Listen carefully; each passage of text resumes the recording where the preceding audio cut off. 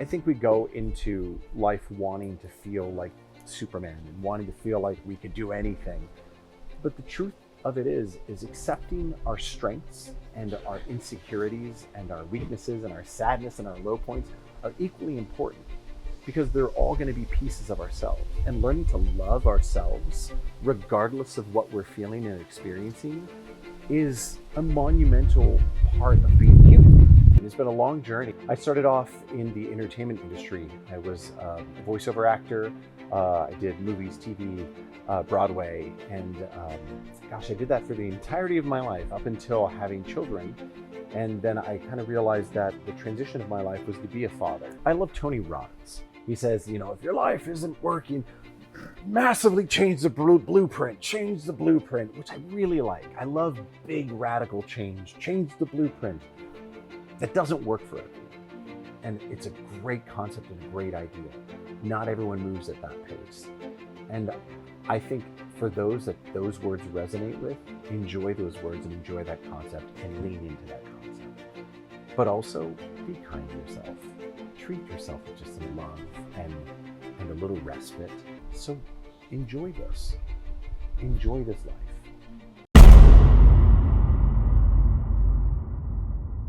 Hello, Project Ultimate Lifers. Welcome back. Today we have Jonathan Meza, like the table, here with us, where he is going to be talking about his experiences on his journey of living his ultimate life and the life lessons that he's learned along the way. So, Jonathan. Yes.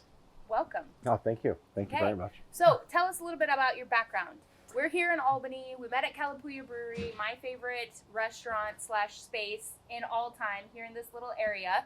You're currently managing it. How did you get from where you started to where you're at now? It's a loaded question. It's been a long journey. I started off in the entertainment industry. I was a voiceover actor. I did movies, TV, Broadway, and I did that for the entirety of my life up until having children. And then I kind of realized that the transition of my life was to be a father. I grew up with my father being military special forces and not being around much in my life. And I was breaking a cycle and a pattern that was sort of generational. And I wanted to be as present as possible and for my kids. So I ended up retiring from the entertainment industry, moving to Oregon. And I'm raising my kids here in Corvallis in Albany. And I'm general manager of Kalapuya Restaurant. Okay, Perfect. So tell us about your experience. So working on Broadway, like doing TVs and commercial, these are all really cool things that I can only imagine brought some incredible experiences. I'm sure you've met amazing people and learned so much along the way. Tell us more about that. What were some highlights, challenges? It's an incredible experience. Going to study first at Philadelphia University of the Arts for college and then the Moscow Art Theater in Russia was some of the best training that a person could have in this life. And then starting my career at SeaWorld San Diego, hosting shows there. Moving to Broadway, doing Barbie live in Fairytopia. Then moving to performing with the Lithgow family. Nigel Lithgow created American Idol and So You Think You Dance. And I hosted and performed in their live shows with Ariana Grande and Neil Patrick Harris, Marina Sirtis from Star Trek. So these were all worthwhile, incredible experiences into doing movies and commercial and voiceover for anime. So it's been a long career. But ultimately, life is not about the extravagant always, or at least what we deem extravagant, because I think my life would still be considered extravagant raising 3 children, because I had this sort of monumental spiritual shift that happened. I was filming a movie called Psychos and Socios, if anyone wants to find that.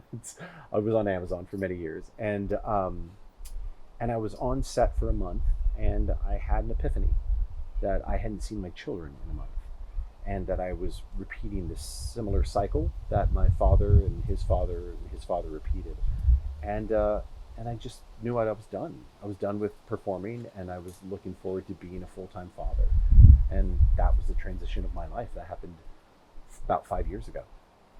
What was life like prior to fatherhood versus now that you're like fully invested as a dad?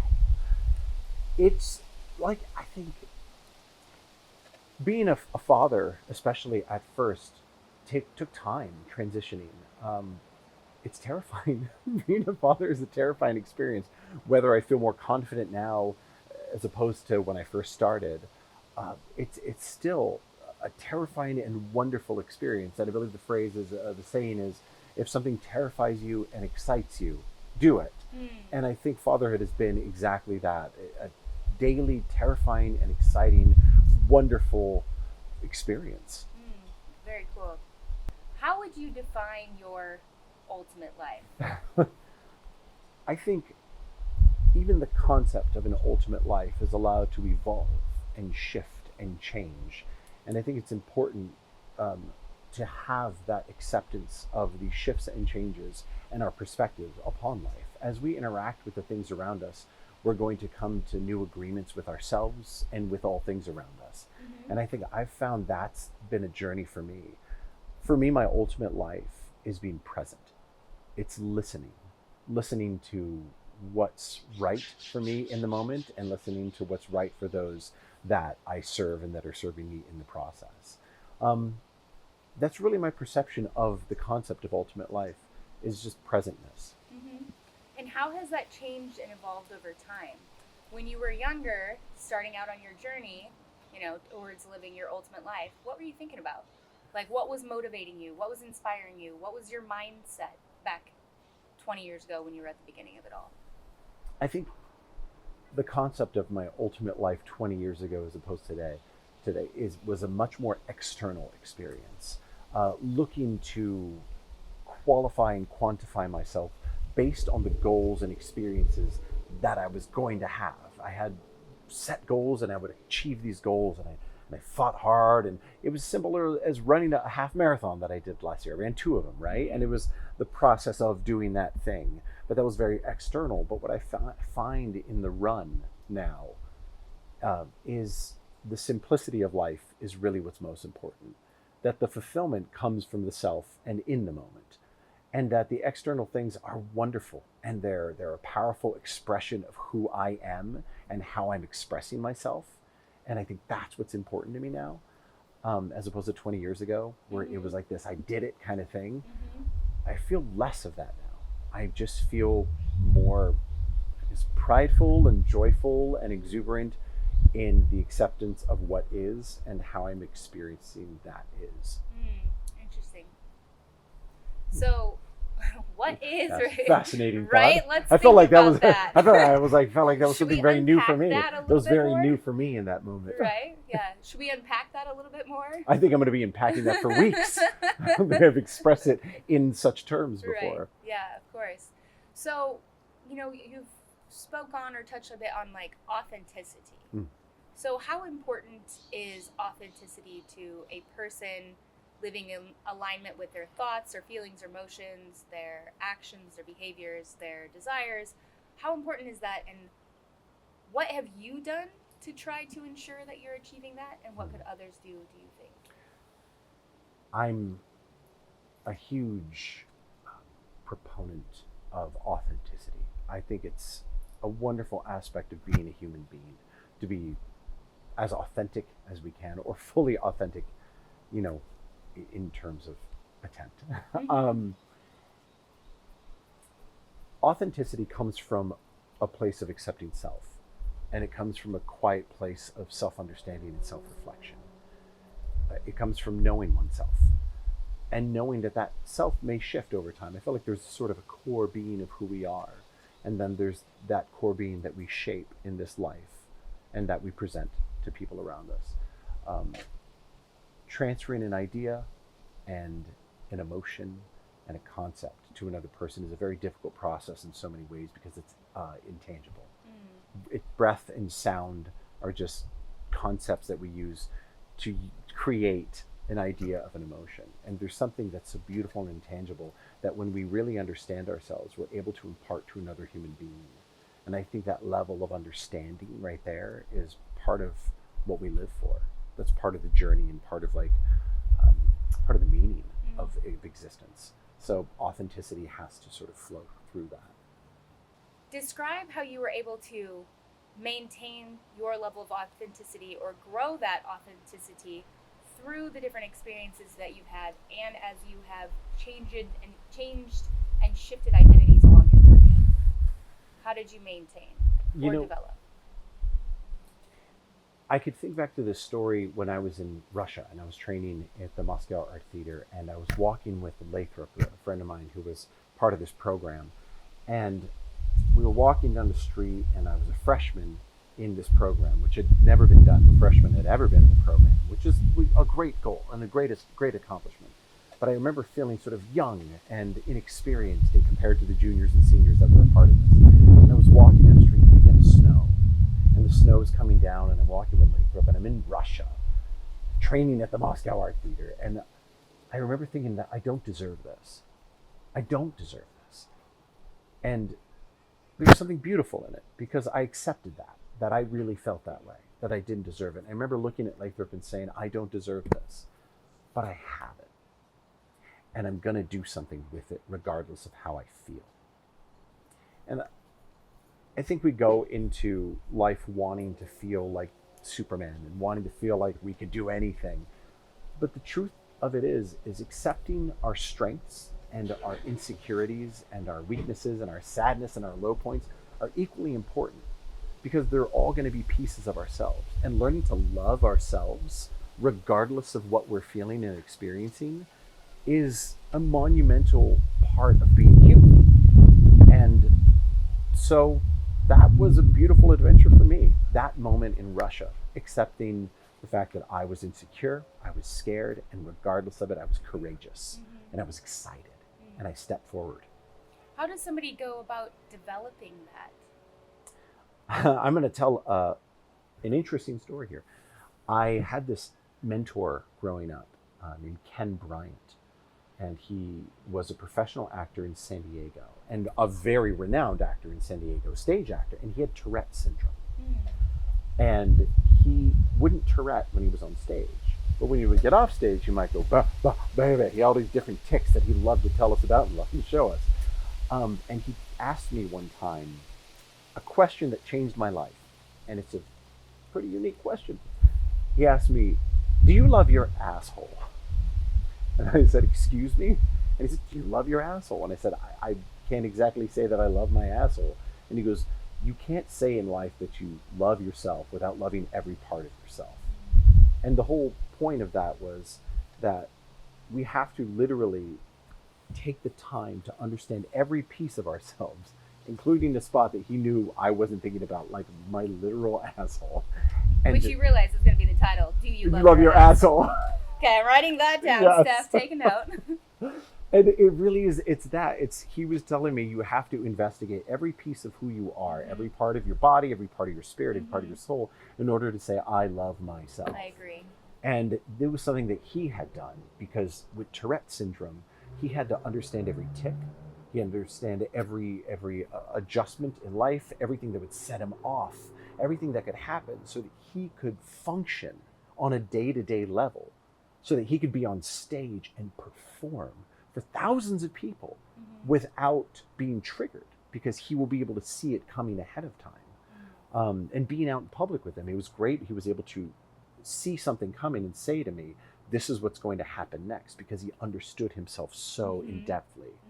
So it was almost his superpower. That was his superpower. And, that level of cognition and understanding of self was, beautiful. And so the question in life is, do you love your asshole? Do you love your asshole? Love that. Yeah, self-acceptance and self-awareness and self-confidence and self-respect, they all kind of play hand in hand. Yeah. It's this idea of whether it's the asshole or it's just, aware of your thoughts, aware of your feelings, aware of your emotions, aware of things that trigger you. I think I heard you say, and him having tics and this type of stuff.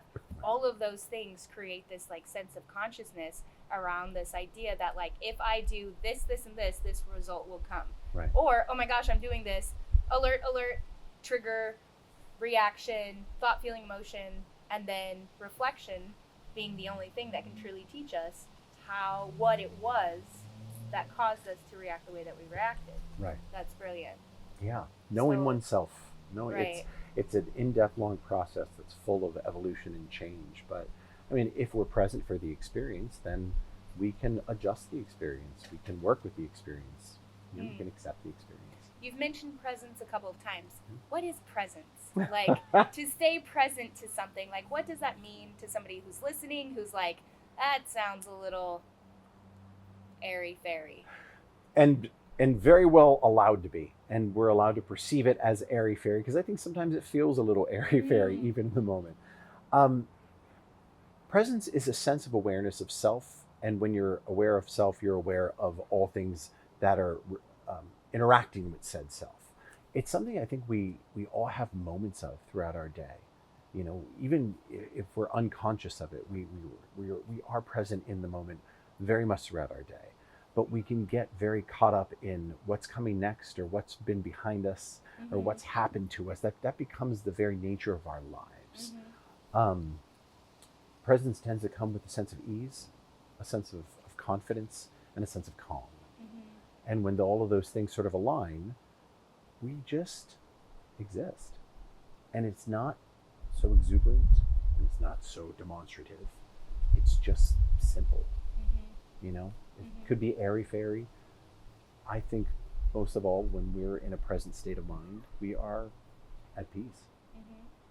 What's one of the greatest things you had to overcome on your journey, in terms of whether it was a performance, or it was a project, or it was an interpersonal relationship, if it was, you know? There's, goodness of it. To get really in depth and really straightforward. Being molested at 8 years old and accepting that experience and going into therapy, and in my 20s, like moving into therapy and moving forward courageously into the experience and being able to talk about it and share about it was huge for my life. So many times when I talk about being molested or raped or beaten and the things that I experienced, starved, literally all of these things, what happens is people get very apologetic. And at this point, I've come to understand that these things that were very difficult at the time and really horrible to an 8-year-old child have become some of the greatest tools of my life. They've helped me understand empathy and connection and love, pain in a kinder, more accepting way. And because, I've worked through so much of it, they've become like aspects of myself that I love and that I love to share with others and that I get to help others with. How are you able to use your story to help others? Example, I was in Costco and there was this man I was talking about beds. Getting a hot dog? Yeah, that I always end with the hot dogs. Get a hot dog or a piece of pizza. You can't beat the price. And they had beds, and I used to work in sales in beds. And so I was talking with this guy about the beds, and I could just, there was an energy and a shift in him, and I didn't know what it was, but it's something that I knew from the pain that I experienced. And I put my hand on his shoulder and I just asked him, "Hey man, what's going on?" And he was taken aback, and I was like, "It's okay." I was like, what's happening? And he just started breaking down crying in the middle of Costco. And I put my arms around him and I was holding him, and we were talking, and he told me that his brother was murdered a week before. And he was trying to just go through his life, and I could see him just being torn apart. And then I got to just hold this man in the middle of Costco and let him sort of release and then talk with him for a little bit. And I asked him about his brother, and he told me about his brother, and he told me about his life. And I watched him ease a little bit, just a little bit, because someone stopped to see him and stopped to acknowledge him. I would have never had that if I didn't go through the experiences, or maybe I would have, but this is where I am at now, and that's because of the experiences that I went through.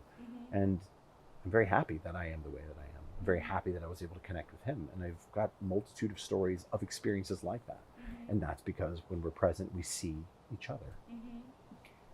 You mentioned therapy. Okay. So I know that in the United States, it's quite talked about a lot. Like, I'm on these dating apps, and it's like, make sure you've been through therapy. I'm like, okay. Yes. Only in the United States do people talk about therapy so much, which is a really positive thing. What can somebody expect to get from therapy? I think for the situation, kind of like what you described, not to take away from that, but for other things also. think one of the greatest aspects of therapy is that it's an act of self-care. And whether we're studying meditation, taking the time to go on hikes, taking care of our bodies, or going to someone to talk and to openly express ourselves, self-care is a necessary tool. A friend of mine is a masseuse, and she was told that during school, every hour that she gives to someone, she needs to take an hour to give to herself. And there needs to be this balance in life, and we will get caught up in the circle, the run around, and all the things that we need to do in life, raising kids and working. But therapy is a part of that self-help process. And I think it specifically is a part that helps us speak upon what we're feeling, that lets us release it and work with someone professionally to find ways to work with it, work with the pain, and work with the issues that we're having with ourselves. Ultimately, though, every person will get out of therapy what they put into it. Because like Rainier Maria Rilke, my favorite poet, said in Letters to a Young Poet, and I'm paraphrasing, is that, for one human being to truly help another person, entire constellations must align. And I'm paraphrasing there, but the point is that ultimately it comes down to the self, it comes down to the person. And we can seek others to help, but it comes from the self. Absolutely. Yeah, that was amazing what you shared in terms of, your own experience, then being able to recognize somebody else's pain, and then having something, like that go down in Costco, which could, Yeah, I just love the fact that it happened in a Costco. Yeah, I mean, just on any given Sunday. any given Sunday, it's a Yeah, Costco. yeah, absolutely. And that you were able to be kind of conscious enough and aware of that to pick up on that in somebody else, to then be there and present for them, right? Yeah. Yeah, that's amazing. That's huge. What would you say to somebody who's on the fence of therapy, or still thinks they're kind of old school and they're thinking that like therapy's woo-woo, to just use that word, or they don't need a shrink, there's nothing wrong with them, or there's something wrong with everybody, so why should they care, try, sort of a thing? What would you say to them? I mean, if that's a choice, that's a wonderful choice that they get to choose in their lives. Everything that we decide will have its consequences. And my thing that I always say is that if you're doing something and it's not working, do something else. That was one of the lessons I learned in Russia. My teachers back in when I was 19 years old, they said to me, he said, "John, if something's wrong and don't work, do something else. Do new action." And that's it. It is just that. Do a new action. So I tell you what, if not going to therapy isn't helping your life, try going to therapy. If it doesn't help, do something else. But the point is, don't repeat the same cycle. We already know what that path is. Try a different path. Cycles are pretty hard to change. Why do you think people get stuck in cycles? It's because I think it's comfortable. It's what you know. So many people get caught up in these same cycles because that's what life has been for them. There's a comfort in knowing what happens next. It's terrifying to step outside of that comfort zone. It's terrifying. But if it's not working, just try it. You got nothing to lose at that point, right? Yeah.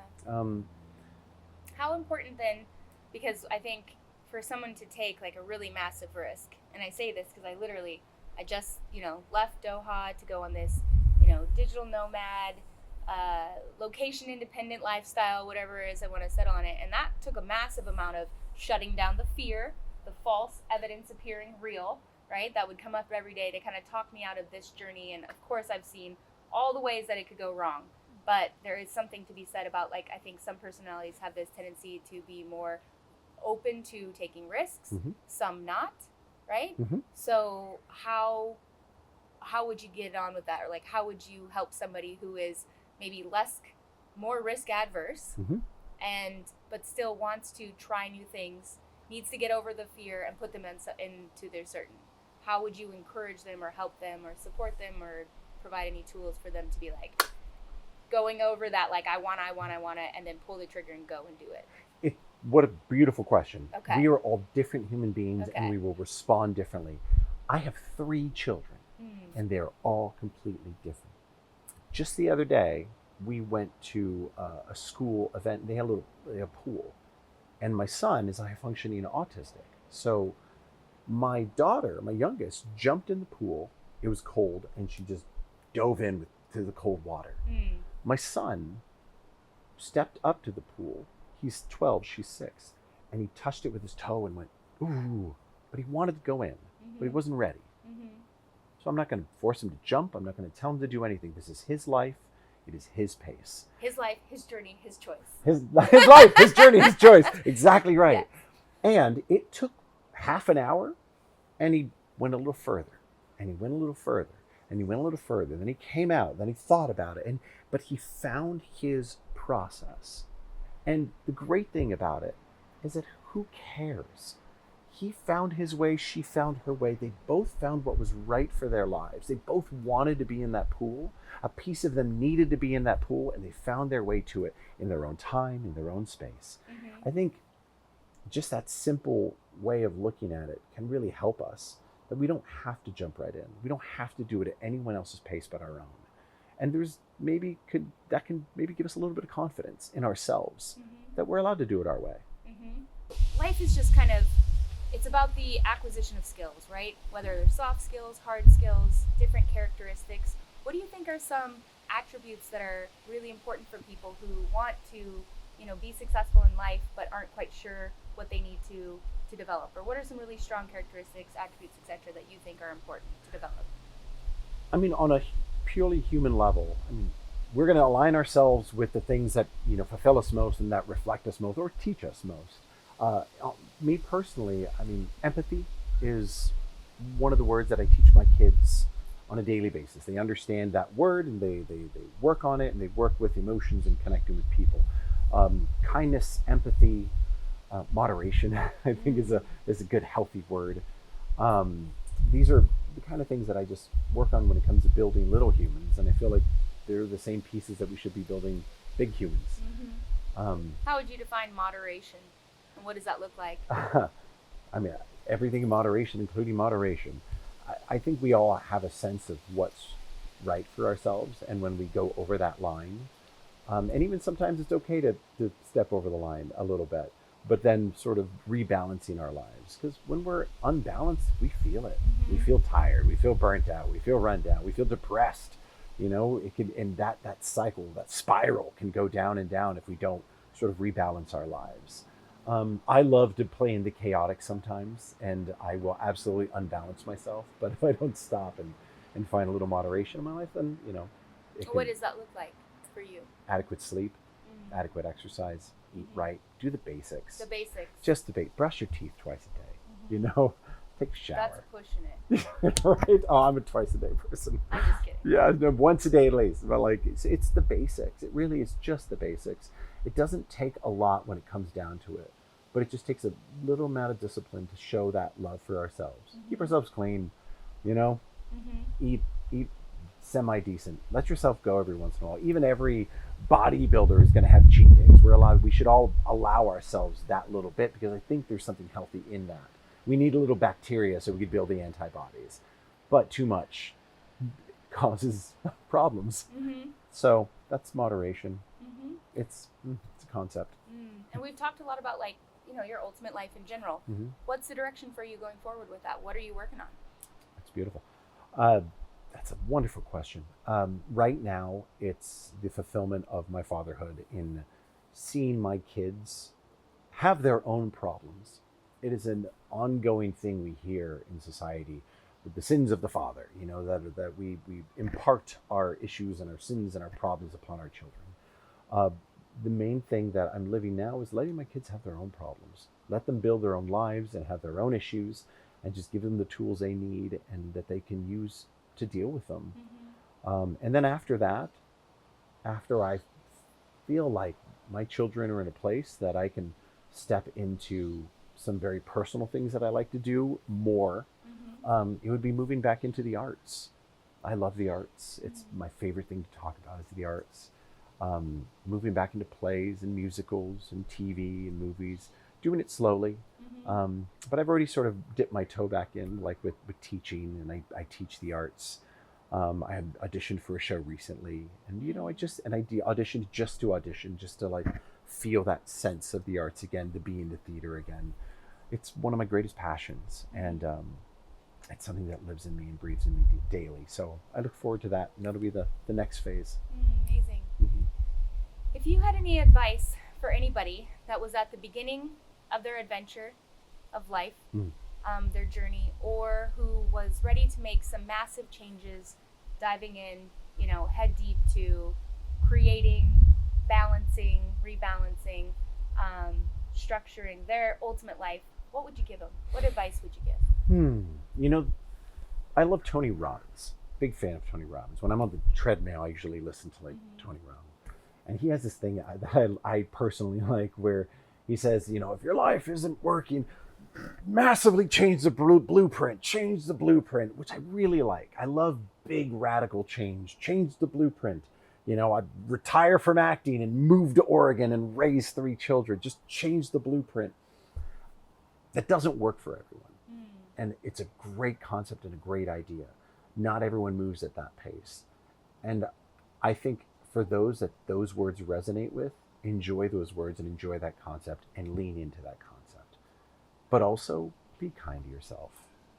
Treat yourself with just some love and a little respite.